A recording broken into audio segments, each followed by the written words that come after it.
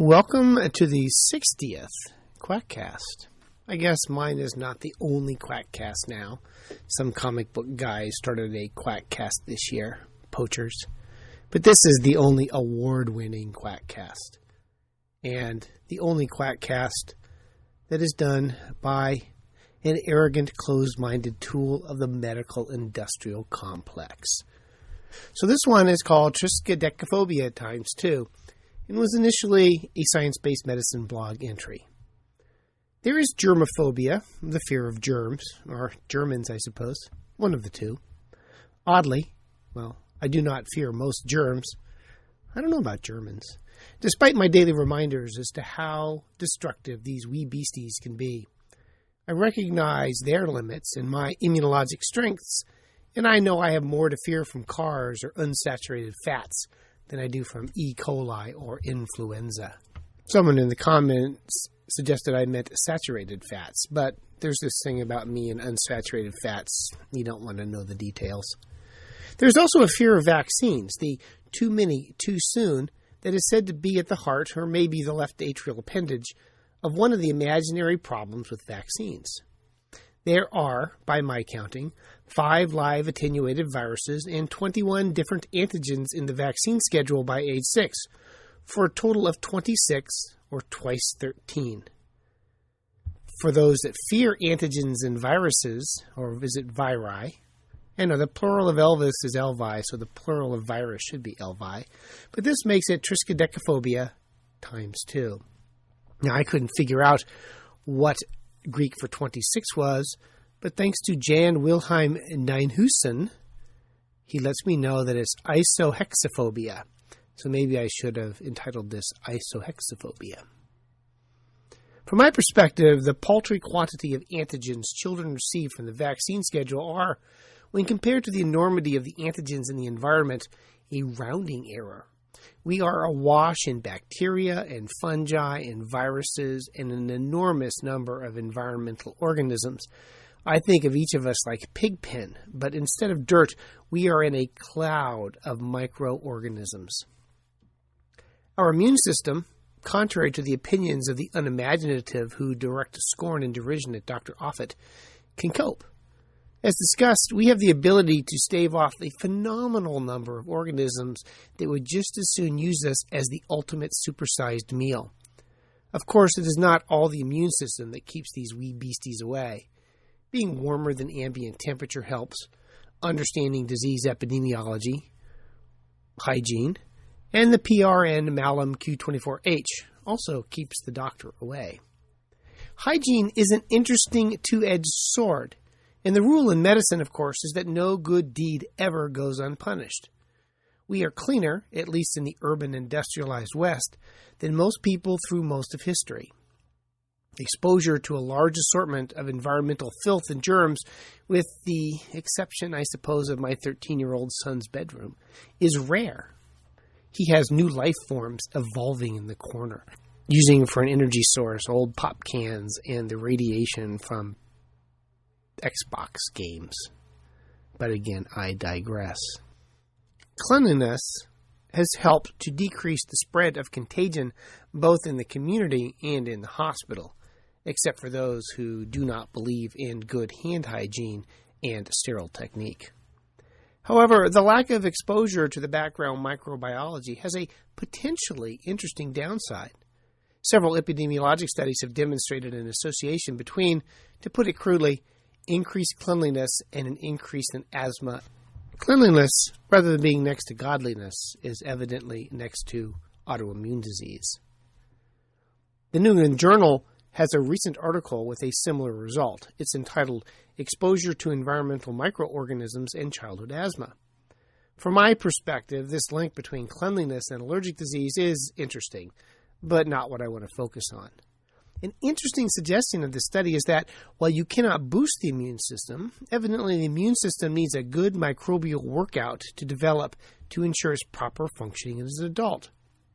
Not only is the infant's immune system able to process and react to a mind-boggling number of antigens, unless you think it's too many too soon, apparently it needs to be exposed to these antigens in childhood for optimal function. It looks like the motto, use it or lose it, applies to B cells as well as biceps. Oh, isn't that clever? You can see why I'm an award-winning podcast. In the New England Journal of Medicine, they surveyed the bedding and dust for microorganisms in the environment of children who live on farms and those who live in an urban environment. They did both microbiology counts and molecular methods to evaluate the number of organisms in the environment. Kids on farms live in a haze of bacteria and fungi at levels far higher than their urban counterparts, and to their benefit. Organisms isolated included, quote, Listeria monocytogenes, Bacillus licheniformis and other bacillus species, Corynebacterium species, Methylobacterium species, Xanthomonas species, Enterobacter species, Pantoia species, and others. Staphylococcus cereus, I think that's named after Tom Cruise's daughter, and other Staphylococcus species, Selenococcus species, Macrococcus species, Bacillus species. You know, some of these bugs I'm trying to pronounce for the first time. Geotalacococcus species and others, Eurodicum and Penicillium species. End quote. Boku bacteria and fungi. I no longer feel as bad about the time my son was playing in the dirt, flipped over a rock, and before I could react, he ate the slug he found underneath. He was just exercising his young immune system. The New England Journal study evaluated the microbiology of the inside environment. There is no measurement of the larger outside environmental community of bacteria and fungi, but I would imagine the number of organisms outside the home dwarfed what could be found in the living room and in the bedding of the children. As an accompanying editorial notes, quote, that newborns begin to be colonized by microbes at birth, coincidence with a period of rapid development of the immune system and lungs. These symbiotic organisms can be beneficial.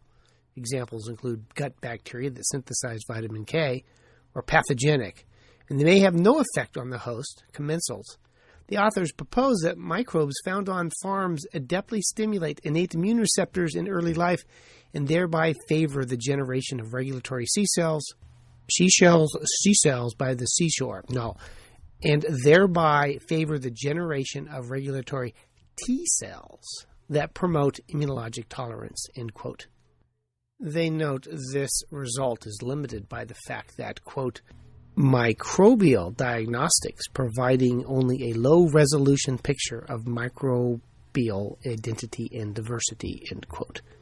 There are far more wee beasties in and on us than we can currently identify. Farms, I would wager, are filled with far fewer bacteria than the environment in which pre-industrialized humans evolved. Too many, too soon, runs counter, as does much of what is understood by anti-vaxxers, to reality. When you are young, you can't get enough. The immune system is the Johnny Rocco of the body. You remember that scene from Key Largo? Johnny Rocco. Well, I want Frank McCloud. He wants more antigens, don't you, Rocco? Johnny Rocco. Yeah, that's it. More. That's right. I want more antigens. James Temple. Will you ever get enough? Frank McCloud. Will you, Rocco? Johnny Rocco. Well, I never have. No, I guess I won't. Edward G. Robinson's best role in the movies, playing a young immune system. Everyone knows that Key Largo is a slang term for CD4 cells, right? Anyway, the world is a crowded place at the level of the microorganism, and we have evolved to respond to that crowding from birth. Not just respond, but we need to be exposed to these antigens. Quote, nothing is unnatural, just untried, end quote, said by Rita Mae Brown. It may be argued that vaccines are not natural, whatever natural is.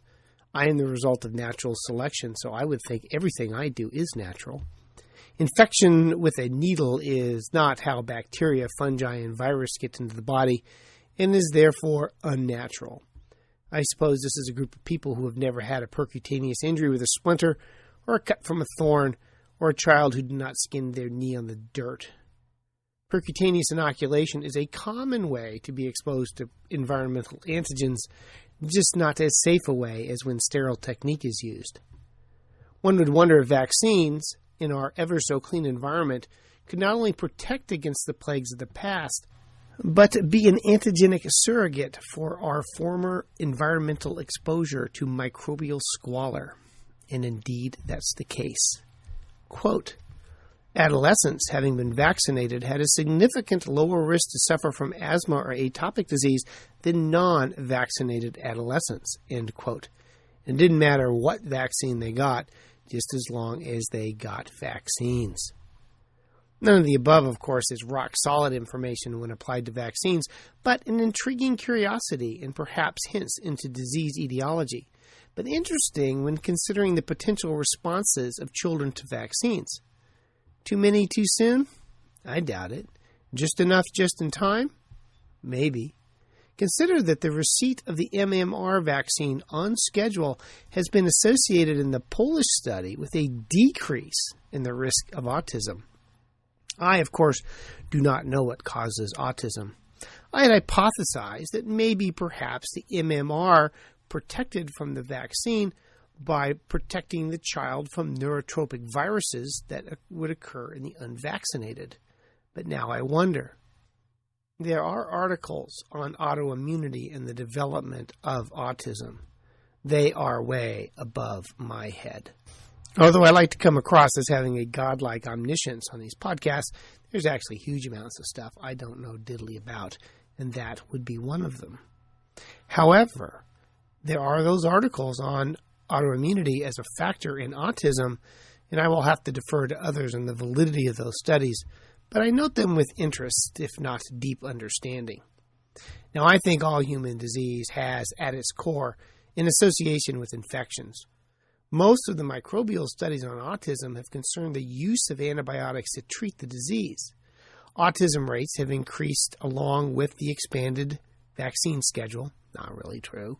Increased cleanliness. Well, probably not really true. Global warming. Maybe that's true. And the decline in pirates. The Amish do not get autism. Not really true. They don't live in relatively sterile urban environments, and they do use a horse and buggy for transportation. Now, there must be an association in there somewhere that is actually causal. I don't really know. Probably not. But let's play along at home, shall we? Let us speculate. It would be ironic if someday it was determined that part of the etiology of autism is, like asthma, partly due to our microbial-free environment and subsequent immune dysregulation, and that the vaccines, by supplying a surrogate immune stimulation, are protective for autism.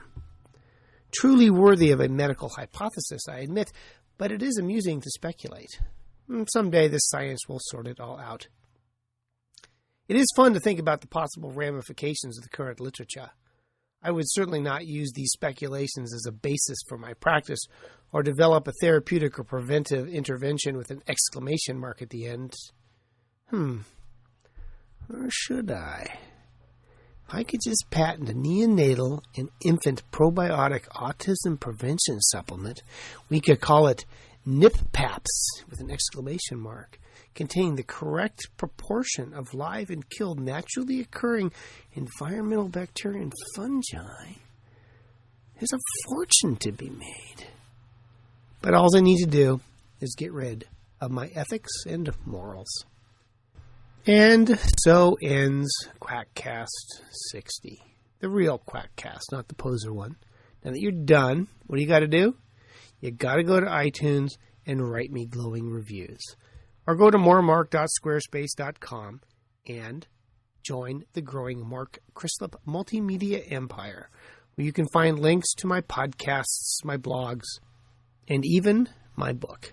Because the world needs more Mark Crislip. Later, guys. Bye.